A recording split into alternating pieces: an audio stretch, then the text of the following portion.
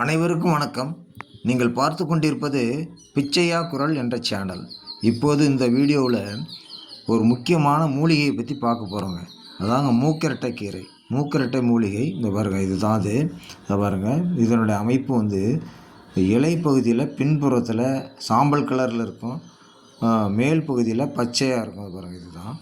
இது வேரோடு பிடிங்கிட்டு வந்திருக்கேன். இந்த பாருங்கள், வேர் பகுதியோடு பிடிங்கிட்டு வந்திருக்கேன். இது வேர் பகுதி, இது தண்டு பகுதி, இது இலை பகுதி. இதை எப்படி கண்டுபிடிக்கிறாங்கன்னா அடையாளமாக பாருங்கள், இந்த இலை வந்து இலையை வச்சு தான் நம்ம கண்டுபிடிக்கலாம். பூ வந்து ப்ளூ கலரில் இருக்கும்.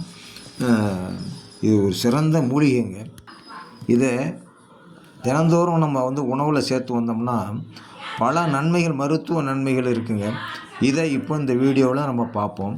இதை சாப்பிட்றதுக்கு முன்னால் எப்படி சாப்பிடலாம் அப்படின்னு பார்க்குறதுக்கு முன்னால் இதனுடைய நன்மைகளை நம்ம தெரிஞ்சுக்குவோங்க. முக்கியமாக இந்த மூக்கரட்டை கீரையை தொடர்ந்து நாம் சாப்பிட்டு வந்தோம்னா நமது ராஜ உறுப்புகளை இது ரொம்ப பாதுகாக்குதுங்க. அதாவது ராஜ உறுப்புகளான இதயம், நுரையீரல், கிட்னி போன்றவற்றை இது பாதுகாக்கிறதுங்க. கல்லீரலையும் இது பலப்படுத்துகிறதுங்க. முக்கியமாக இது கிட்னியில் உள்ள கல்லை கரைத்து வெளியேற்றுகிறதுங்க. இது கிட்னியில் கல் இருந்தால் லட்சக்கணக்கில் செலவு செய்து ஆப்ரேஷன் பண்ணி அதை வெளியே நீக்கிறாங்க. ஆனால் நம்ம தொடர்ந்து வாரத்தில் 2 நாள் 3 நாள் இதை உணவில் சேர்த்து வந்தோம்னா, அந்த மூக்கரட்டை கீரை சேர்த்து வந்தோம்னா இந்த கல்லை கரைத்து சிறுநீர் வழியாக வெளியேற்றி விடுகிறதுங்க. அடுத்தது, நாள்பட்ட கிட்னி செயலிழப்பு இருந்துச்சுன்னா, கிட்னி செயல்படலைன்னு சொல்லுங்களேன், இதை வந்து தொடர்ந்து சாப்பிட்டு வந்தீங்கன்னா அந்த கிட்னி செயல்பட ஆரம்பிச்சிடுங்க. மேலும் கிட்னியினுடைய பாதைகளில் தொற்று இருந்தாலும் அதையும் இந்த மூக்கரட்டை கீரை சரி செய்து விடுகிறது. இந்த கீரை மிகவும் நார்ச்சத்து நிறைந்ததுங்க. இந்த கீரையை தொடர்ந்து சாப்பிட்டு வந்தால் கல்லீரலில் உள்ள கொழுப்புக்களை கரைத்து கல்லீரலை பலப்படுத்துகிறது. மேலும் இதில் உள்ள நார்ச்சத்து ஒரு மலமிளக்கியாக செயல்பட்டு மலத்தை இளக செய்து மலம் நல்லபடியாக மலம் கழிப்பதற்கு இது பெரிதும் உதவுகிறதுங்க. அதனால் இந்த மலச்சிக்கலினால் ஏற்படக்கூடிய பைல்ஸ், உள்மூலம், வெளிமூலம், இரத்த மூலம் போன்ற நோய்களிலிருந்து இது நம்மை பாதுகாக்கிறது. மூக்கரட்டையை பொறுத்தவரையில் இது ஒரு கோழை அகற்றிங்க. கோழைனா நெஞ்சில் உள்ள சளி, கபம், அதாவது கபத்தை இது வெளியேற்றக்கூடியதுங்க. இந்த கபத்தினால் வரக்கூடிய ஆஸ்துமா, டிபி, வீசிங் ப்ராப்ளம் போன்றவற்றிலிருந்து இது நம்மை பாதுகாக்கிறது. இந்த மூக்கரட்டை கீரையை தொடர்ந்து சாப்பிட்டோம்னா இது போன்ற நோய்களிலிருந்து நம்மளை இது பாதுகாக்குதுங்க. இது ஒரு சிறுநீர் பெருக்கிங்க. நம்மளுடைய கிட்னியில் நல்லபடியாக செயல்பட வைத்து நீரை பெருக்கி வெளியேற்றுகிறது. அதனால் உடலில் உள்ள கழிவுகள் இது வெளியேற்ற உதவுகிறது. அடுத்தபடியாக நமது உடம்பு குளிர்ச்சி அடைய செய்கிறது. இந்த தொடர்ந்து சாப்பிட்டு வந்தால் உடம்பு குளிர்ச்சி ஆகிடுங்க. மேலும் இது சாப்பிடும்போது நம்ம குடலில் உள்ள இரைப்பை போன்றவற்றில் உள்ள புழுக்களை இது அழித்து விடும். முக்கியமாக இது வாத நோய் வராமல் இது நம்மை பாதுகாக்கிறதுங்க. வாத நோய்னா நரம்பு சம்மந்தப்பட்டது, மூட்டு சம்மந்தப்பட்டது, மூட்டு வலி, உடம்பு வலி, இது எல்லாத்தையுமே இதை தொடர்ந்து சாப்பிட்டு வரும்போது அது நீக்கிடுதுங்க. பக்கவாதம், முடக்குவாதம் போன்ற வாத நோய்கள் வராமல் இது நம்மளை பாதுகாக்கிறது. அடுத்ததாக இது இரத்த உற்பத்தியை அதிகரிக்க செய்கிறது. இரத்த உற்பத்தி அதிகரிக்க செய்வதனால இரத்த சோகை வராமல் நம்மை பாதுகாக்கிறது. அடுத்ததாக இப்போ உள்ள முக்கியமான நோய் வெரிகோஸ். அதாவது நின்றுட்டு பணிபுரிகிறவங்க, தொடர்ந்து ஸ்டாண்டிங்கிலே நின்றுக்கிட்டு வேலை செய்கிறவங்களுக்கு இடுப்புக்கு கீழே, குறிப்பாக முட்டிக்கும் கீழே நரம்புகள், அதாவது இரத்த குழாய்கள் அப்படியே சுருண்டு இருக்கும்.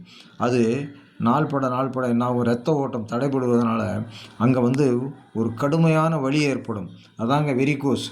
அந்த வெரிகோஸை இதை தொடர்ந்து சாப்பிட்டு வந்தோம்னா இந்த இரத்த அடைப்புகளை வந்து இழுத்து நமக்கு இந்த வலியை குணப்படுத்துதுங்க. அடுத்ததாக நம்மளுடைய கணையத்தை இது பாதுகாக்கிறது. அதனால் ஏற்படக்கூடிய நோய்களான மஞ்சள் காமாலை போன்ற நோய்களை இது தடுக்கிறதுங்க. அதனால் இந்த மூக்கரட்டை கீரையில் இவ்வளவு நன்மைகள் இருக்குங்க. அடுத்தது சுகர், பிபி, கொலஸ்ட்ரால் இருந்தால் அவங்க வந்து நல்லா துணிச்சலாக இதை சாப்பிட்லாங்க. சுகரும் பிபியும் கண்ட்ரோலில் இருக்குங்க. இது இரத்தத்தில் உள்ள கொழுப்பை கரைத்து உடல் எடையை குறைக்கிறது. அதனால் உடல் பருமனாக உள்ளவங்க இதை நல்லா தாராளமாக சாப்பிட்லாம். உடம்பு எடை குறையும். கொஞ்சம் குண்டாக இருக்கிறவங்க ஒல்லி ஆகிடுவாங்க. அடுத்தபடியாக இதனுடைய தண்டு பகுதி மலேரியா போன்ற நோய்கள் வராமல் மலேரியா கிருமிகளை அழிக்கக்கூடிய சக்தி இந்த தண்டு பகுதிக்கு உள்ளதாக கண்டுபிடிச்சிருக்காங்க. அதனால் நம்ம இந்த தண்டு பகுதி இலைப்பகுதி எல்லாத்தையுமே தொடர்ந்து சாப்பிட்டு வந்தோம்னா நமக்கு இந்த மலேரியா நோயிலிருந்து நம்மளை காப்பாற்றப்படுது. மொத்தத்தில் நம்ம உடம்புல நோய் எதிர்ப்பு சக்தி அதிகரிக்குதுங்க. இவ்வளவு நன்மையுள்ள கீரையை எப்படி சாப்பிட்றது, இந்த மூலிகையை எவ்வாறு சாப்பிட்றது அப்படிங்கிறத இப்போ பார்ப்போங்க.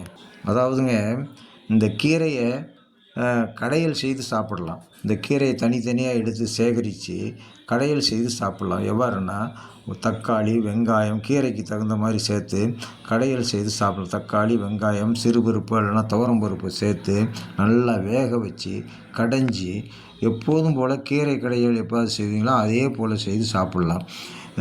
இதில் என்ன அப்படின்னு சொன்னால், மற்ற கீரைகளை விட இதில் ஒரு மாற்றம்னா, இது கொஞ்சமாக 1%, 100% கொஞ்சம் சுறுசுறுப்பு தன்மை உடைய கீரைங்க. அதுதாங்க மருத்துவ குணம். அதுதான் உடம்புல உள்ள இந்த கிட்னியில் உள்ள கல்லை கரைக்கிறது, ரத்தத்தை சுத்தப்படுத்துறது, கல்லீரலை பலப்படுத்துறதெல்லாம் அந்த சுறுசுறுப்பு தன்மை. அதாங்க மருத்துவ குணம் உள்ளது. அதனால் அந்த சுறுசுறுன்னு நினைக்காம இதை கடைசி சொல்லி சாப்பிடுங்க. அடுத்ததாக பாருங்கள், இது தண்டு பகுதியே வெட்டி வச்சுருக்கிறேன். தண்டு பகுதியையும் இலைப்பகுதியையும் வெட்டி வச்சுருக்கிறேன். இதை ஒரு 2 டம்ளர் தண்ணியில் போட்டு 1 டம்ளர் ஆக்கி சுண்ட காய்ச்சினீங்க. இந்த பச்சை ப்ரௌன் கலரில் இந்த சூப்பு இருக்குங்க. இந்த சூப்பு வச்சு சாப்பிடலாம். இது கடைசியில் செய்து சாப்பிடலாம். அடுத்தது சூப்பு வச்சு சாப்பிடலாம். அதை பாருங்கள், இதை சூப்பு வச்சு சாப்பிட்லாம். இதே போல் இந்த பாருங்கள், இது வேர்பகுதியும் கட் பண்ணி வச்சுருக்கேன் பாருங்கள். இது வேர்பகுதியும் கட் பண்ணி வச்சுருக்கேன். ஒரு 10 கிராம் அளவுக்கு எடுத்து இதில் ஒரு 200 மில்லி தண்ணியை ஊற்றி 100 மில்லி தண்ணி வர்ற வரையில் சுண்ட காய்ச்சணும். அதாவது பாதி 2 டம்ளர்னால் 1 டம்ளர் நீங்கள் எப்படி குடிக்கிறீங்களோ அதுக்கு தகுந்த மாதிரி தண்ணீரை ஊற்றி நல்லா சுண்ட காய்ச்சி இதை தினந்தோறும் காலையில் வெறும் வயிற்றில் சாப்பிட்டுட்டு வாங்க. உங்களுக்கு இந்த நன்மை நிச்சயமாக கிடைக்கும். இந்த மக்களே, இது போன்ற இந்த சூப்பை வச்சு குடித்து நீங்கள் பயன்பெறுமாறு கேட்டுக்கொள்கிறேன். மக்களை, குறிப்பாக நான் சொல்கிறேன், இதில் செய்யக்கூடியது எல்லாமே நானே செய்து சாப்பிட்டு தான் நான் உங்களுக்கு இந்த வீடியோ போட்டிருக்கேன். அதனால் பயம் இல்லாமல் சாப்பிடுங்க. இந்த கீரை கடைசியில் செய்து சாப்பிட்ருக்கேன், பொரியல் செய்து சாப்பிட்ருக்கேன். இந்த சூப்பு நான் தொடர்ந்து சாப்பிட்டுக்கிட்டு வரேன். 1 to 1 நாள் நான் அந்த சூப்பு வச்சு சாப்பிட்றேன். இந்த இலைப்பகுதி, இந்த வேர் பகுதி எல்லாத்தையுமே சூப்பு வச்சு நான் சாப்பிட்டுக்கிட்டு வர்றேங்க. எந்த சைடு எஃபெக்டும் வராது. துணிச்சலாக நீங்கள் சாப்பிடுங்க. இதை சாப்பிட்டு நன்மை பெறுங்கள் மக்களே. இந்த வீடியோ பிடிச்சிருந்துச்சுன்னா, பிச்சையா குரல் என்ற சேனல் பிடிச்சிருந்துச்சுன்னா நீங்கள் சப்ஸ்கிரைப் பண்ணுங்கள், லைக் பண்ணுங்கள், ஷேர் பண்ணுங்கள், கமெண்ட் பண்ணுங்கள். நன்றி, வணக்கம்.